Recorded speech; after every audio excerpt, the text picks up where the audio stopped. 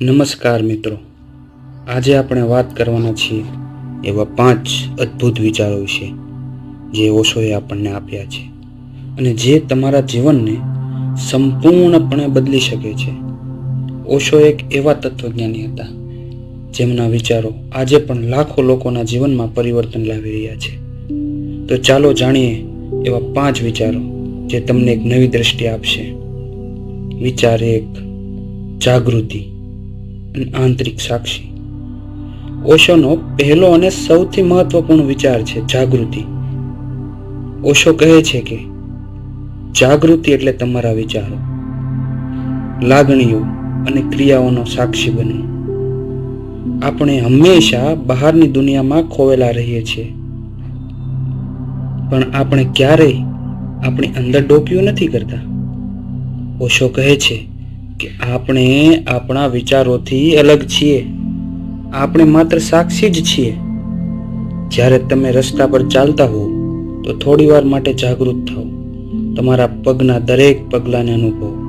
જ્યારે તમે ખાઓ ત્યારે પૂર્ણ જાગૃતિથી ખાઓ. આ નાની પ્રેક્ટિસ તમારું જીવન બદલી નાખશે. વિચાર 2, સ્વીકૃતિ. ઓશોનો બીજો મહત્વપૂર્ણ વિચાર છે સ્વીકૃતિ. તેઓ કહે છે જે છે તેને સ્વીકારો, વિરોધ ન કરો. આપણે હંમેશા કોઈને કે કોઈ વસ્તુને બદલામાં માંગીએ છીએ. આપણે હંમેશા કોઈને કોઈ વસ્તુને બદલવા માંગીએ છીએ.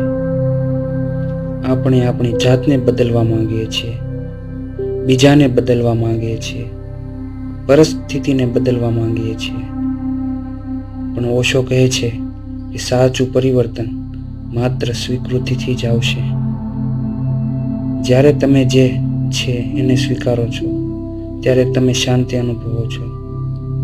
જ્યારે તમે સંઘર્ષ કરવાનું બંધ કરો છો ત્યારે જ તમે આનંદ અનુભવી શકો છો.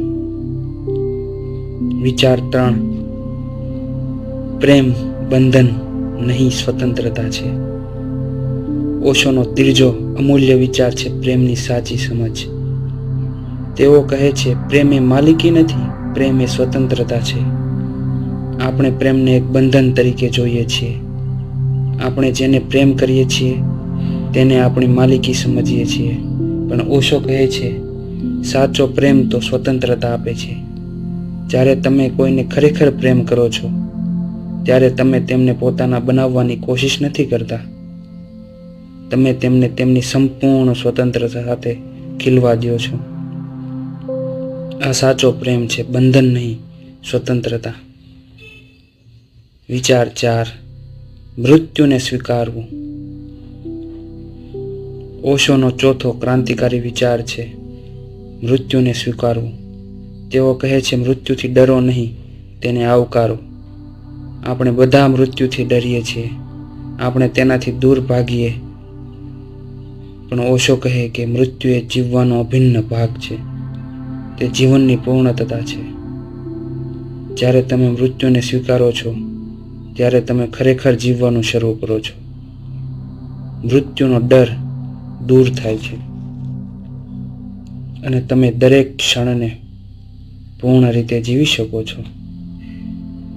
વિચાર 5, આનંદ તમારો સ્વભાવ છે. ઓશોનો 5મો અને અંતિમ વિચાર છે કે આનંદ તમારો સ્વભાવ છે. તેઓ કહે છે આનંદ બહારથી નથી આવતો, તે તમારી અંદરથી જ છે.